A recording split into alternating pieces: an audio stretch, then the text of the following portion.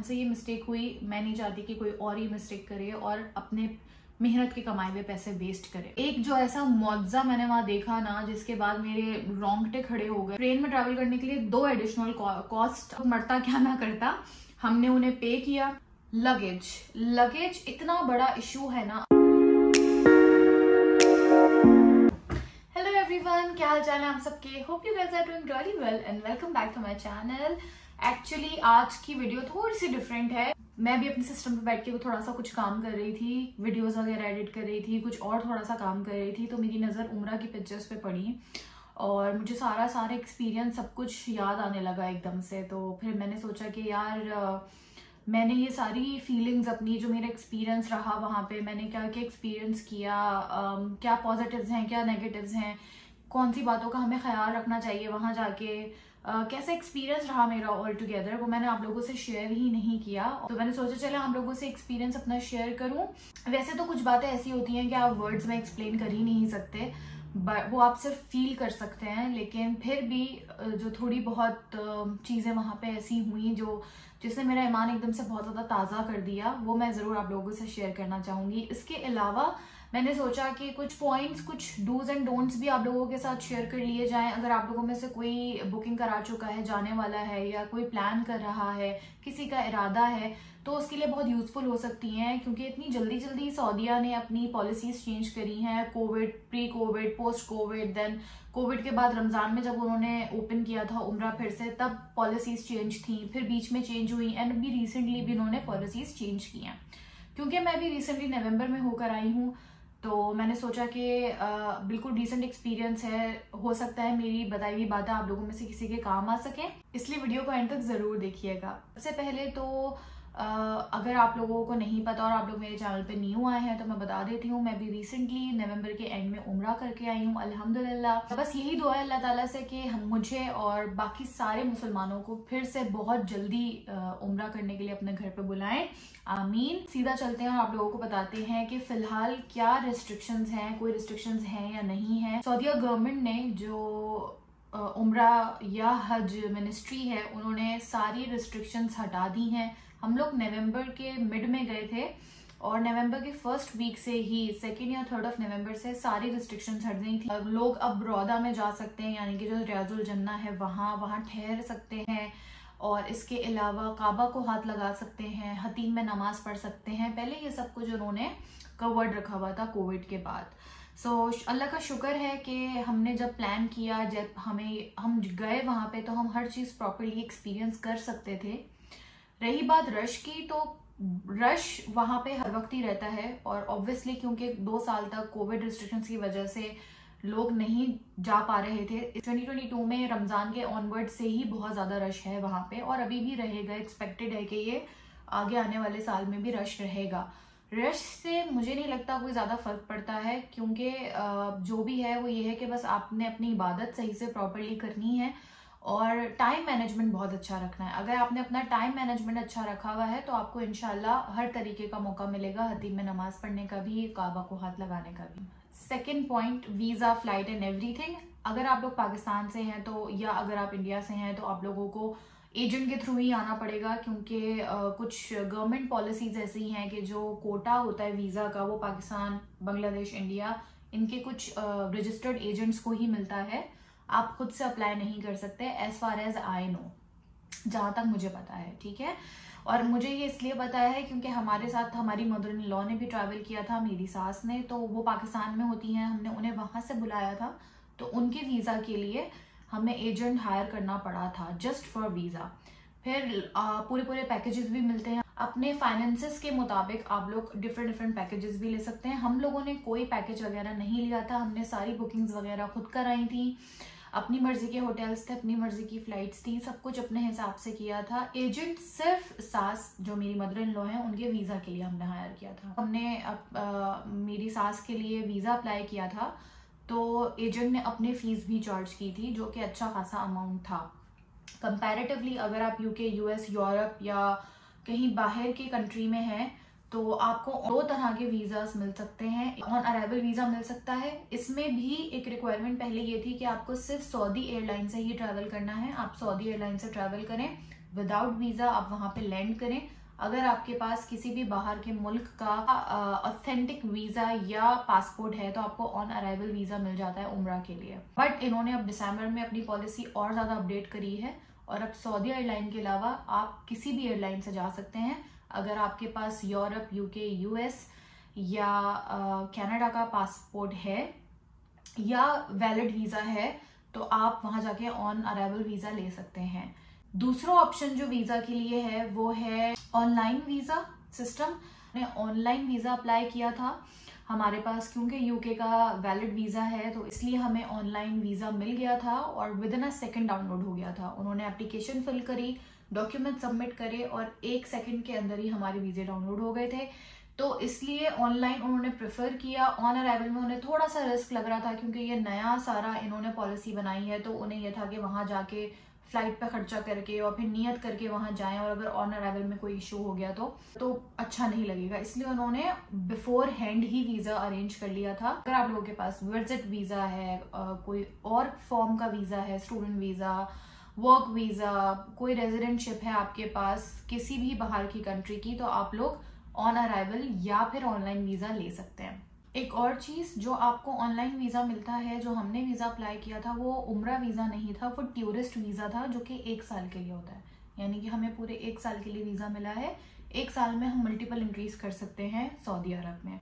ये तो हो गया वीजा, फ्लाइट और ये सारी बातें। अब आ जाते हैं ट्रैवलिंग एसेंशियल्स और की पैकिंग पूरी डिपेंड करती है कि आप कहाँ पहले जा रहे हैं, मक्का या मदीना। अगर आप मक्का पहले जा रहे हैं तो आप एहराम की सूरत में होंगे और आपको जरूरत का क्या क्या सामान चाहिए वो आपको अपने हैंड कैरी में रखना होगा। एयरलाइन की हर जगह की अपनी अलग गाइडेंस होती है, हर एयरपोर्ट की अपनी अलग होती है।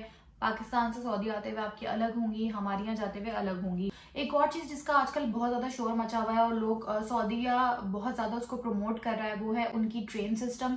जिन्होंने ट्रेन सिस्टम चलाया है from Mecca to Medina, Medina to Jeddah, अपने सारे इंटरसिटीज में, उसमें भी हमने उसकी भी बुकिंग्स कराई हुई थी और यहीं से बुकिंग्स करा के लिए गए थे। लेकिन वहां जाके जो हमारे साथ हुआ है ना, हमें इतनी बड़ी उसकी एक कॉस्ट बेयर करनी पड़ी है और फिर हमने वो सब कुछ कैंसिल कराया। सबसे पहले तो ट्रेन, हाँ हम जद्दा जब एयरपोर्ट पे पहुंचे हमने जद्दा टू मदीना अपनी ट्रेन बुक कराई हुई थी तो हम उस ट्रेन में गए। लगेज इतना बड़ा इशू है ना, अगर आप ट्रेन में ट्रैवल कर रहे हैं तो आपको सिर्फ इतना सा जो सबसे छोटा वाला सूटकेस होता है वो अलाउ होगा, जिसे अक्सर लोग हैंड कैरी भी कहते हैं। जो सबसे छोटे साइज का सूटकेस होता है हैंड कैरी, आपको सिर्फ वो अलाउ है। वेबसाइट पे जो उन्होंने साइज लिखा हुआ है वो बहुत ज्यादा मिसगाइड करता है। जो हमने उनकी वेबसाइट से साइज देख के अपने सूटकेस मेजर किए तो हमें लगा था कि जो मीडियम साइज का सूटकेस होता है आप उसको ले जा सकते हैं, पर बंदा आपको एक सूटकेस या एक हैंड कैरी अलाउ है। तो हम उस हिसाब से मिड साइज का सूटकेस ही यहाँ से लेकर गए थे। हमारा ट्रिप भी 10-12 दिन ही का था तो हमारा ज्यादा सामान था भी नहीं। वहां जाके हमें पता चलता है कि उन्होंने एक ऐसा केज सा बनाया हुआ है, एक साइज बनाया हुआ है जो बहुत छोटे से सूटकेस का है और आपने उसी के अंदर उसको फिट करना है। अगर वो उससे बड़ा आपका सूटकेस है तो वो ट्रेन में आपके साथ नहीं जाएगा, आप ट्रेन में चले जाओगे क्योंकि आपने टिकट लिया हुआ है और आपका सामान फिर अलग से बाद में आएगा। क्योंकि हम पहले मदीना गए थे, हमने जाते ही उम्रा अदा नहीं किया था, लंदन से जद्दा एंड जद्दा से मदीना पहले गए थे, तो इसलिए थैंकफुली हम लोग एहराम की कंडीशन में नहीं थे। अगर हम एहराम की कंडीशन में होते और हम मक्का पहले जाते और हमने ट्रेन की बुकिंग कराई हुई होती तो हमें बहुत प्रॉब्लम होने वाला था। खैर जब वहां गए और ये सब कुछ पता चला, फिर वहां पे लैंग्वेज बैरियर इतना ज्यादा है। जद्दा एयरपोर्ट पर जो उनके काउंटर पे स्टाफ बैठा हुआ था उसको बिल्कुल भी इंग्लिश समझ नहीं आ रही थी, ना इंग्लिश ना उर्दू ना कोई भी, उसको सिर्फ अरबी समझ आ रही थी।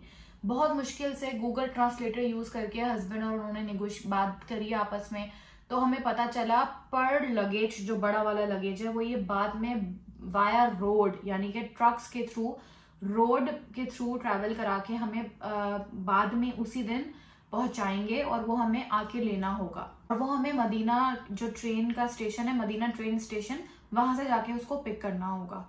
पहले तो हम लोग बहुत परेशान हो गए। आप इतने थके हुए जाते हैं, आपने ट्रैवल करना होता है या आप बहुत एक्साइटेड होते हैं, आपने हरम जाना होता है, मदीना हो या मक्का हो, सलाम देना होता है और वहां जाके आपको ये न्यूज मिले कि भाई आपका सामान तो अभी ये लोग कहीं और अभी अपने पास रखेंगे, आप जाएं ट्रेन में, आपको आपका सामान मिलेगा 4-5 घंटे बाद। तो काफ़ी उस वक्त आपका मूड भी ऑफ होता है और एक अजीब हसल बसल सी सिचुएशन क्रिएट हो जाती है। फिर लैंग्वेज बैरियर भी इतना ज़्यादा है, आधी बात समझ आती है आधी नहीं आती है।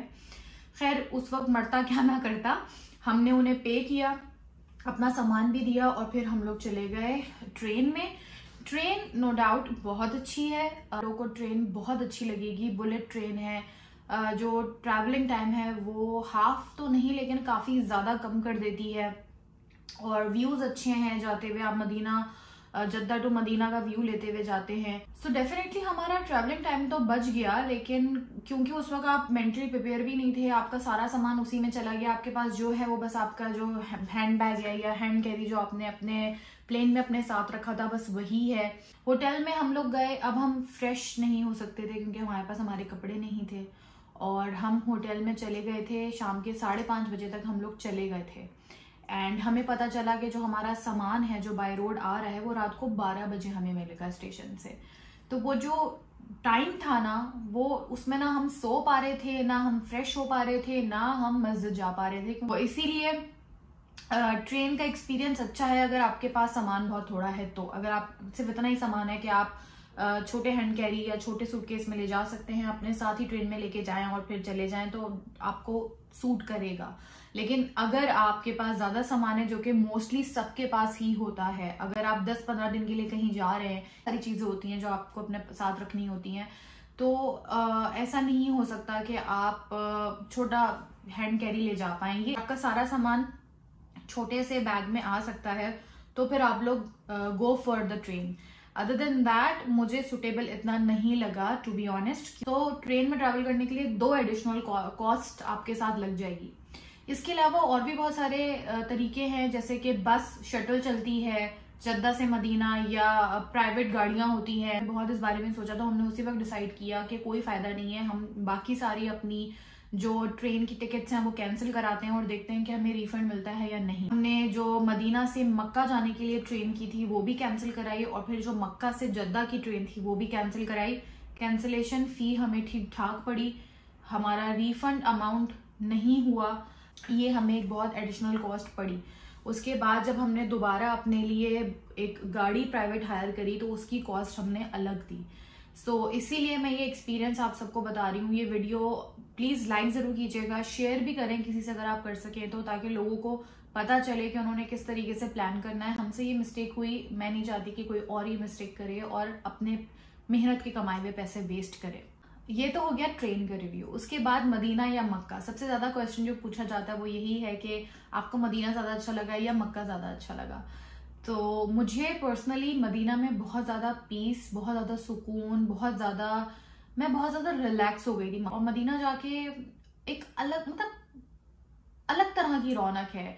बच्चे हरम में हैं, वो रो भी रहे हैं, लोगों के साथ बच्चे हैं, फैमिलीज हैं, आपस में बातें कर रही हैं, क्राउड है, लेकिन आपको शोर सुनाई ही नहीं देगा। मुझे नहीं समझ आता ये सिर्फ मेरे साथ हुआ, ये मेरा साइकोलॉजिकल इम्पैक्ट था या ये वाकई होता है। अगर आप लोगों में से कोई मदीना होकर आया है और उसने भी ये एक्सपीरियंस किया तो मुझे कमेंट बॉक्स में जरूर बताइएगा।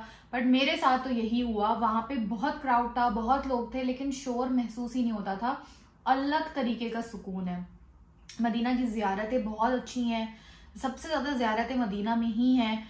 और एक जो ऐसा मुआवजा मैंने वहां देखा ना, जिसके बाद मेरे रोंगटे खड़े हो गए। और हमेशा हम मुआवजों के बारे में सुनते हैं और समटाइम्स हम सोचते हैं कि ये सिर्फ कहानी है या ये लोगों ने बना दिया होगा, ऐसा हो नहीं सकता।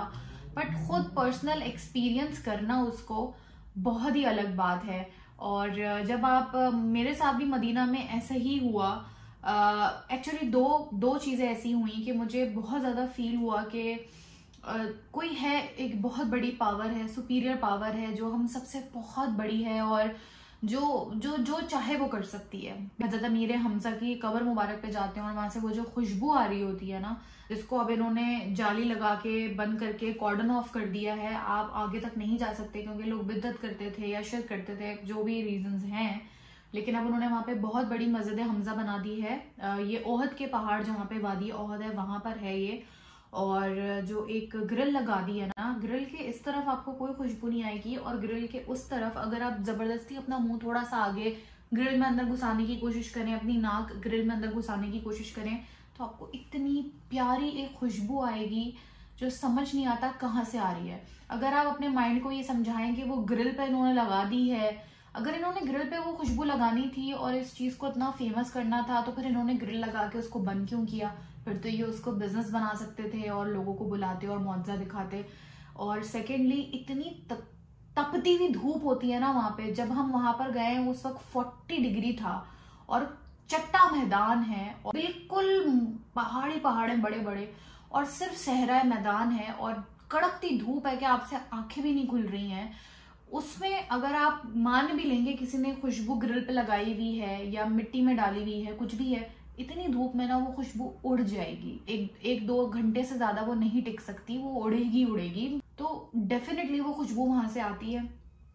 और वो खुशबू सूंघ के ना जो मेरे गूज़बम्स हुए थे ना, और मुझे ख्याल आया था कि यार अल्लाह कैसे कैसे मौजज़ा दिखा सकता है। बट ये एक मौजज़ा था जिसने मेरा ईमान बहुत ज़्यादा ताज़ा किया और मुझे बार बार ये ख्याल आया कि अल्लाह को अगर खुश रखा है, अपने रब को अगर राज़ी रखा हुआ है आपने, तो वो आपको इस दुनिया से ले जाने के बाद भी उतनी ही इज्जत देगा, उतना ही आपका नाम इज्जत से रहेगा हमेशा।